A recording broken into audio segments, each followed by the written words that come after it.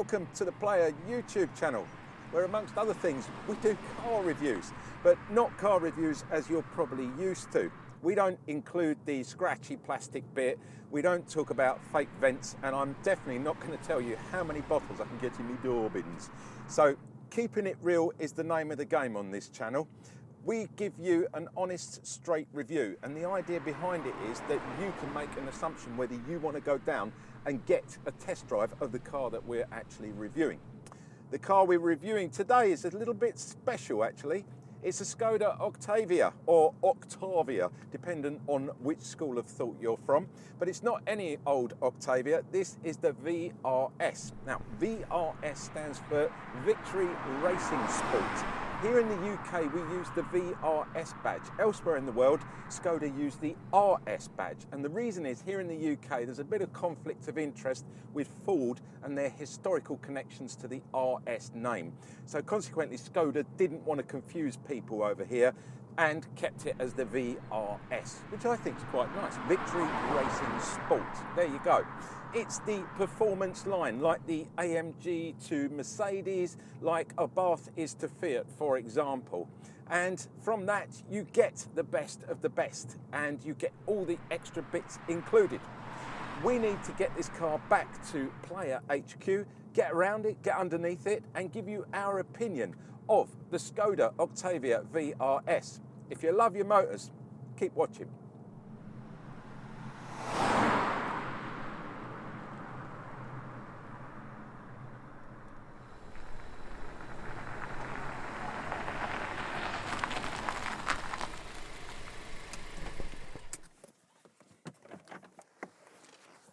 First up, I think you'll agree, it's a really nice looking car. It doesn't really look like an Octavia, does it? It's sort of got its own style, its own shape, but that's why it's a VRS.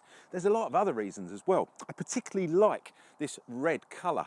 Now, if you were to buy a standard Octavia, you'd have to pay an extra £1,000 to have this red colour, whereas with the VRS, it's included, and you've got a choice of 10 different colours, including all the metallics as well, which is really, really nice. Another thing I love is the fact you get 19-inch alloys with this car, with those lovely red calipers. With the standard Octavia, you can only get 16 or 17-inch alloys. So yet again, another reason to go for one of these. There's plenty of other bits and pieces, like all this beautiful black trim. You've got privacy glass all the way around the back here, it's all included. You've got black badges all over this car as well. I think it's fantastic. And if you look very, very closely, you will notice that this car sits lower than a standard Octavia. It actually sits 15mm lower than a standard Octavia because it's got adaptive sports suspension as standard. Another thing as standard, LED matrix headlights and this gorgeous black grille round at the front here. The whole thing just looks the sporty part, doesn't it? But it doesn't stop on the outside. There's some more bits and pieces you get with the VRS on the inside.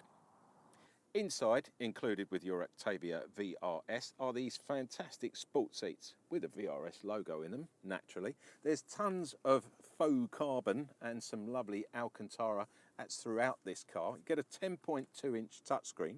You also get the adaptive cruise control down here, a heated steering wheel, yes, heated steering wheel, heated front seats, gorgeous aluminium sporty pedals as well, and not forgetting wireless Apple Play.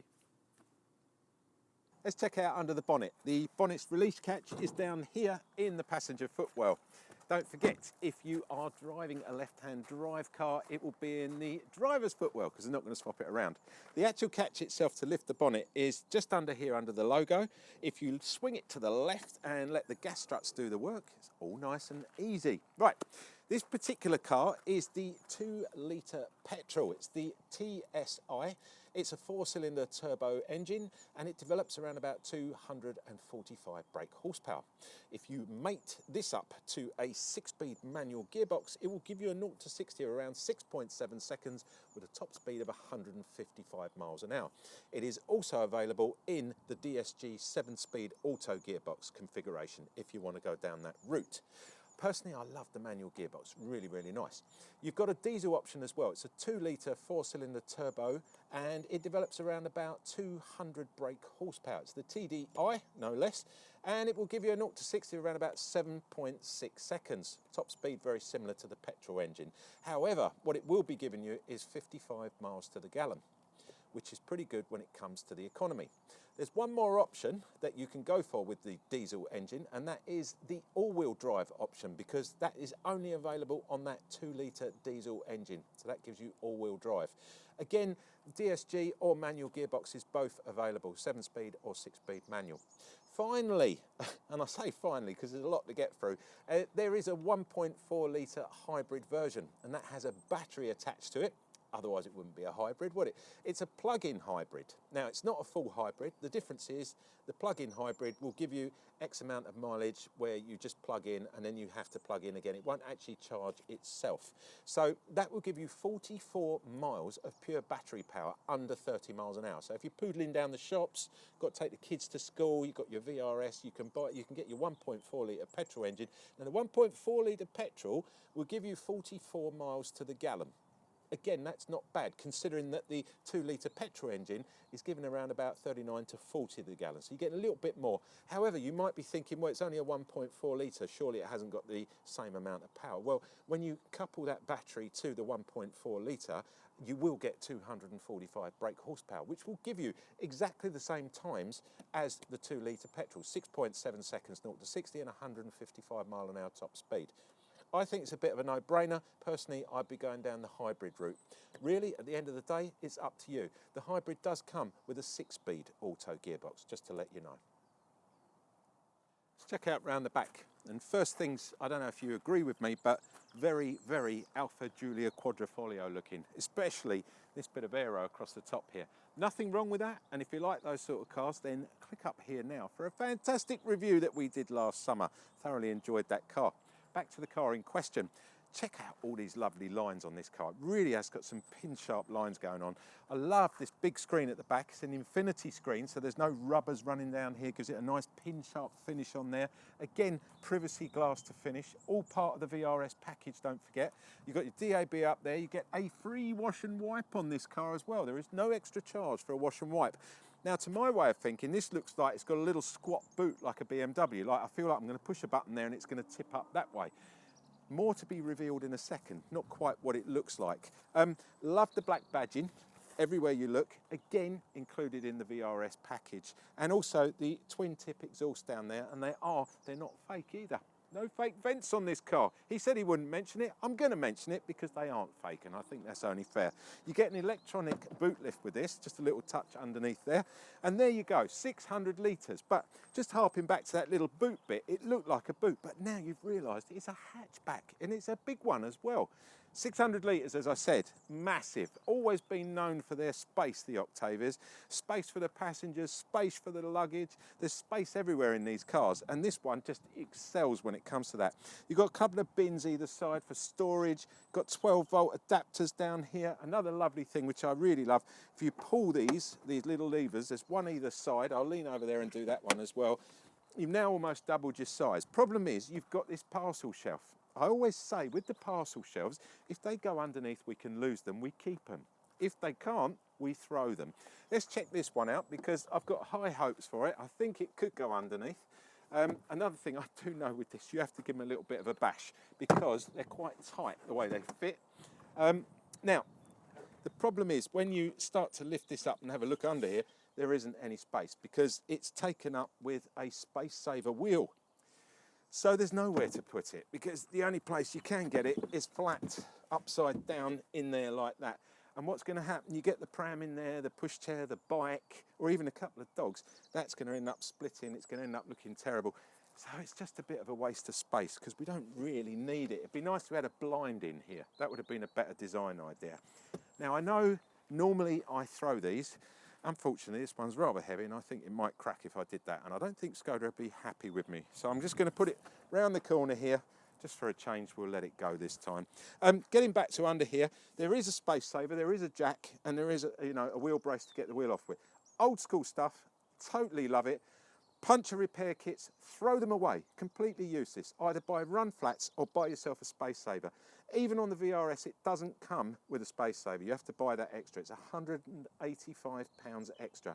Worth every penny, because the day when it's pouring with rain, you're going to want a space saver. You're not going to be wanting to inject lubricant into your tyre in the vain attempt that it's going to pump itself up again. It's not going to happen.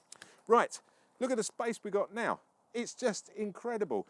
One little last bugbear that I've got with this, the drop here and the plastic on the back here. This is the VRS. It's the top of the range. You're paying a lot of money. They could have put a stainless steel cover over this, because every time you're going to lift something in and out of here, a suitcase, a bike, a pram, whatever, it's going to scratch. And inside 6 months, it's going to look absolutely terrible. So Skoda, yet another little thing. I'd like you to put a stainless steel thing on the back here. There's a bit of a drop down here as well. That's another thing which I think could be, you need a raise in this rear boot here to give you a little bit more height on it. But apart from that, what a versatile car.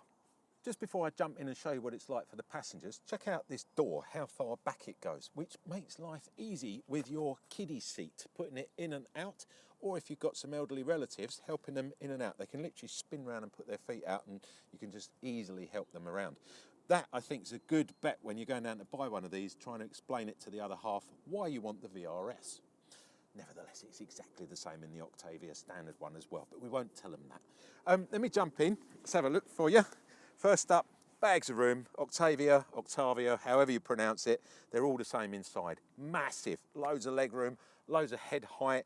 The only thing in with the VRS, you get the sport seats in here. They do restrict your view from the back here to the front, which for those of us that suffer with a little bit of car sickness could prove a little bit of a bugbear.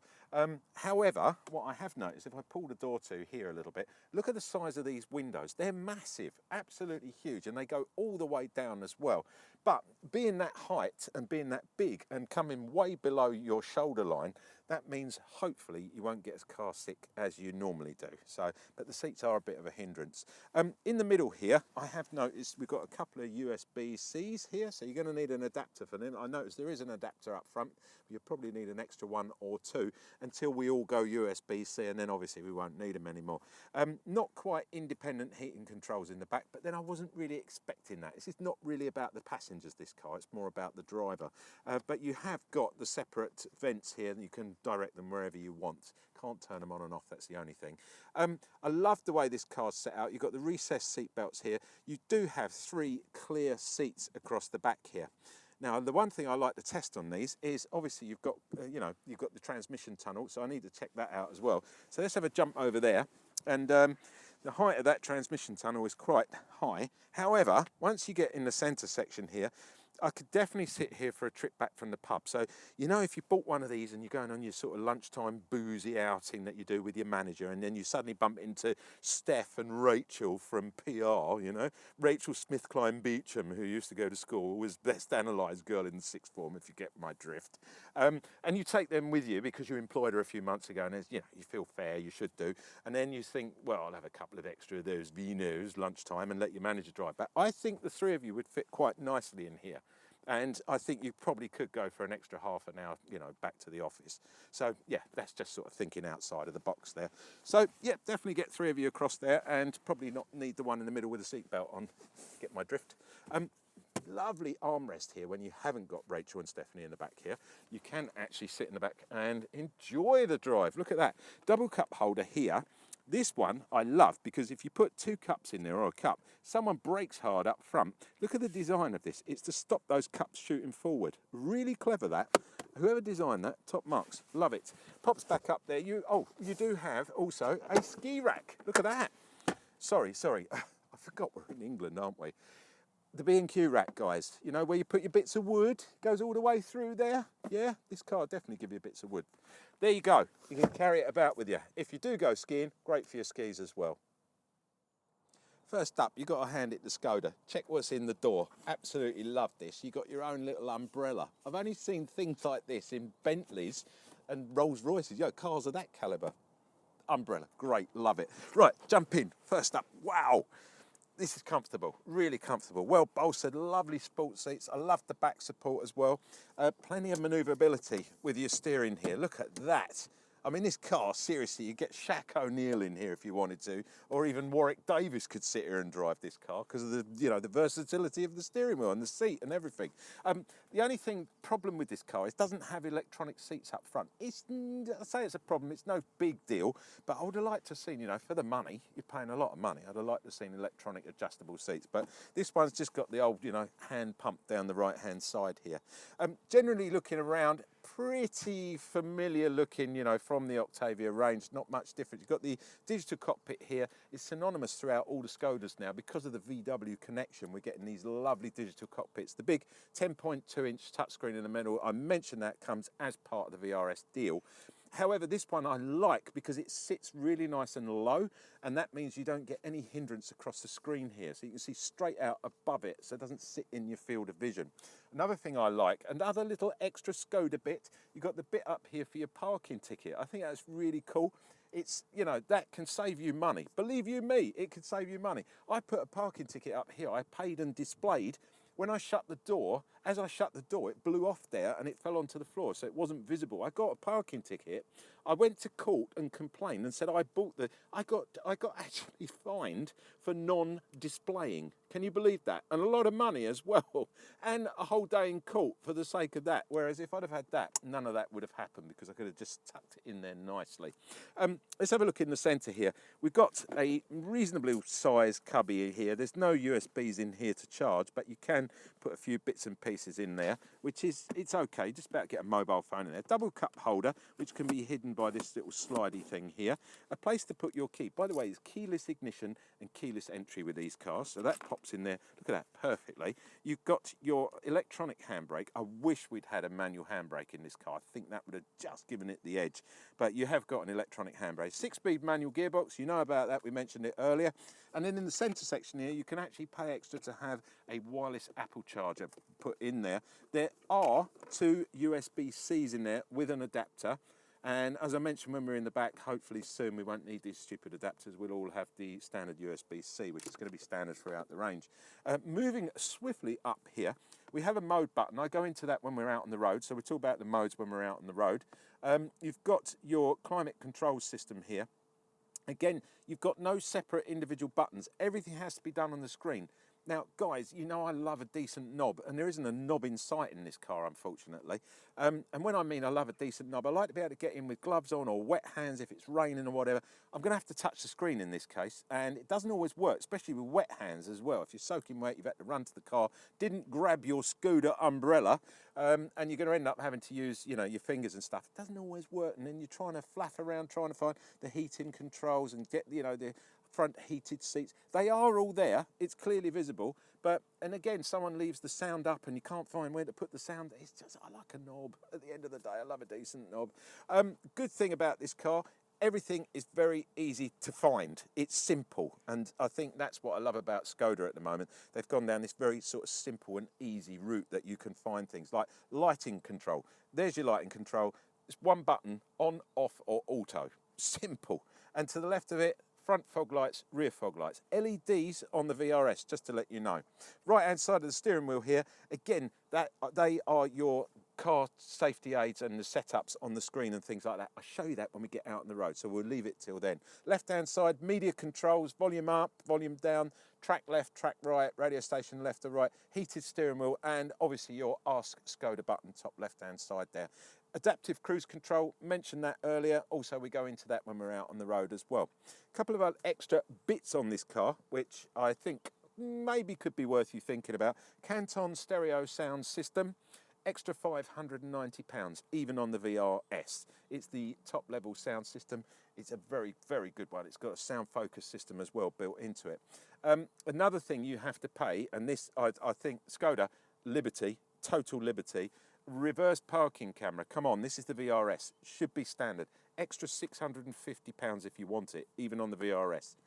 Taking liberty, Skoda. I'll leave it at that. It's a nice reverse camera.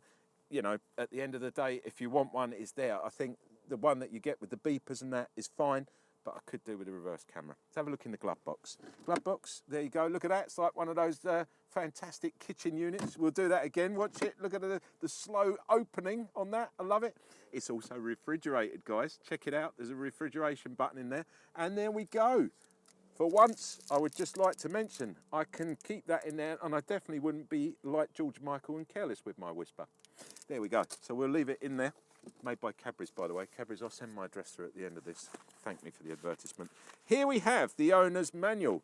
A smallish affair, as you can see. What is the requirement of these?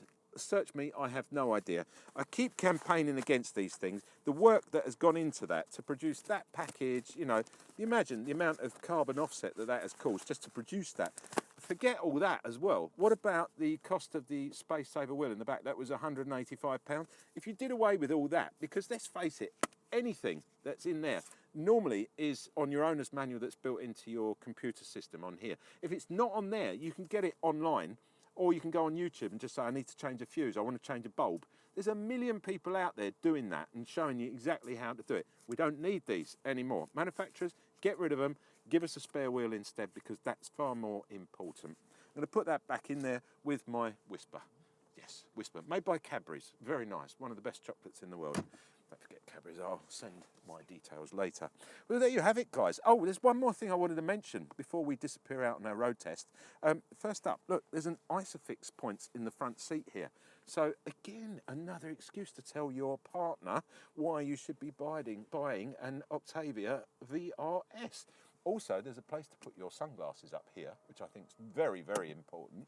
And over here, beneath the lighting panel, there is a little pocket to put all your knickknacks or hide your wallet. At the end of the day, versatility, comfort, sportiness, a bit of a no-brainer, isn't it, really? Let's get it out on the road and give you our verdicts of what it's like to drive.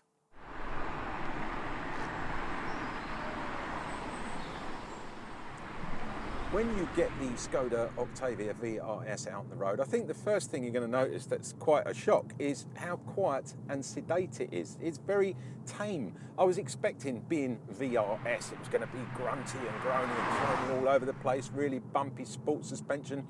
Well, a lot of that is down to the adaptive sports suspension that this car gets. And you can control that by the mode button. Now, the mode button is up here. If you push that, I've currently got it in eco mode, which is economy mode. There are 5 different modes. You've got eco, comfort, normal, sport, and then you've got an individual setting where you can manipulate it exactly how you like to drive the car. Now, the good thing is with this car, when it is in eco mode, it's extremely quiet, it's very smooth, and obviously it's economical. Currently getting nearly 32 to the gallon around town. Now, bearing in mind, this is a 2-litre turbo engine, and getting 32 around town, I think, is pretty good for this car. Also, you've got to remember, at the end of the day, it is a Skoda Octavia. I know it's got the VRS badge on it, and that's where things start to change shape. So you go into, you've got the comfort. The minute you start pressing normal mode, things start to change. Now, when I mean change, you'll hear the engine suddenly picks up and sounds a little bit different. Unfortunately, it's not the sound of the engine that we're currently driving at the moment. No, it's a pre-recorded piped-in sound that when I accelerate, it sounds like that. That's just in normal. If I go into sport mode, it's even more exaggerated. It's almost like, you know, I've pushed the button and I've opened the baffles. But if you're outside, this car just sounds like a normal Octavia, which is a bit of a shame. But at the end of the day, when you can do something like this, I'll give you a demonstration. It has got some grunt there. Obviously, it's a 2-litre turbo engine, but it doesn't make that sound. I wish it did. I mean, it's very, very Subaru, in my opinion. It sounds very flat 4. It's got that sort of, you know, Subaru grunt to it. That brrr, really nice. I enjoy that a lot. However, that's not what we're here to talk about, because that is not really what that engine sounds like. So I'm going to put it back in the comfort mode. As I say, nearly 32 to the gallon. The minute you go into that sport mode, you are drinking juice. You're down to about 17 or 18 to the gallon. As I found out within the first few days of driving this car, because I got overexcited thinking, oh wow, I never expected it to sound like that. But the minute I had it in the sport mode, obviously everything is, you know, you're burning up juice very, very rapidly. So be aware of that. Comfort mode, eco mode, sounds nice. You get to drive a nice car, and whenever you need it, you can just have a little black, can't you? So enjoy it.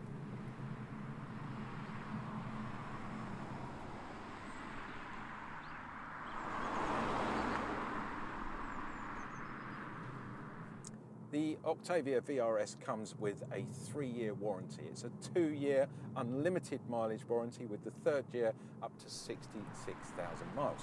If you want to extend your warranty, that's quite possible as well. You can go up to 4 years or 80,000 miles. That will cost you £280 extra. Or you can go up to 100,000 miles or 4 years, and that will cost you £300 extra. If you really want to go all singing and dancing and go for a 5-year plan, that, including up to 100,000 miles over 5 years, will cost you £576. It's not bad at all, considering that's a 5-year full-on warranty with the car.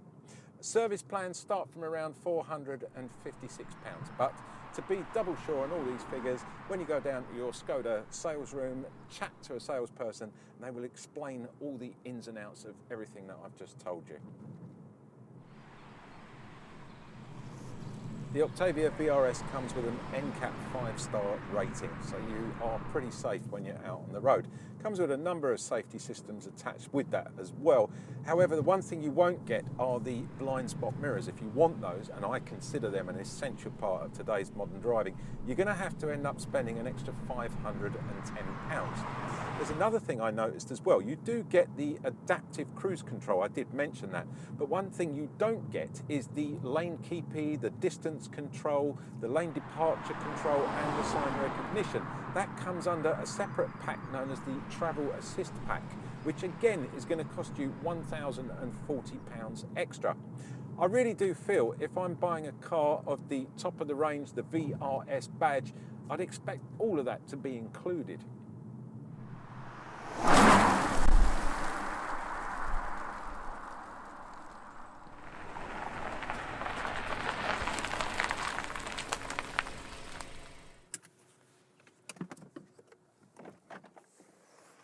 So there you have it, guys. That was the Octavia VRS from Skoda. And I've got to say, if I had the choice out of the two cars, the standard Octavia or the VRS, I'd definitely be happy to pay the extra money. Speaking of money, this car comes in at around £32,000 for your entry level. But I've got to say, when I spec'd it up the other day for the bits and pieces, the added bits and pieces that I would like with this car, it did come up just short of £40,000. So there's a little bit of decision making got to go on there. If you want a standard Octavia, obviously you are talking £23,000 and upwards. So it's quite a jump. At the end of the day, go down, give one a test drive and have a chat with your salesperson, your Skoda salesperson. I'm sure you'll end up with a decent deal. You've been watching me, AJ, on the Player YouTube channel. Hope you've enjoyed this video as much as we've enjoyed filming it. If you'd like to like, subscribe and comment, I'd really appreciate it. And if you do leave a comment, one of the team will get back to you as quickly as possible. One thing I would like to ask, if you could give us a thumbs up, because we don't get a bonus, we don't get paid any extra, but we do get a pat on the back from the boss and the sponsors for a job well done if you thumbs up, and I'd really appreciate that. If you'd like to subscribe, leave the bell section unticked. In that way you'll get regular updates on all the videos that we put up, because we put up a lot of videos, not just cars, we do boats, we do interviews, there's all sorts of stuff on the Player YouTube channel. Go and have a check it out and you'll see exactly what we do.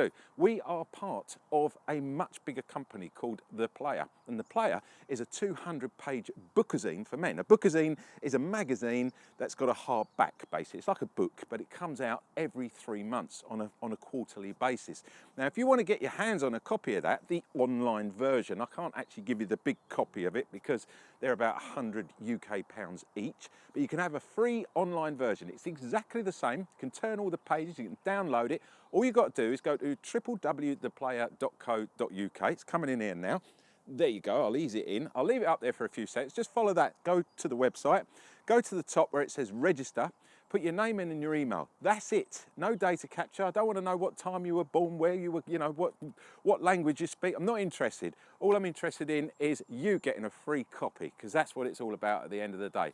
Go there, register and download your copy, and I'm sure you're going to enjoy every single page as you browse through those 200 pages. Thanks for watching. I will catch you next week with something else, hopefully as interesting as the Skoda Octavia VRS.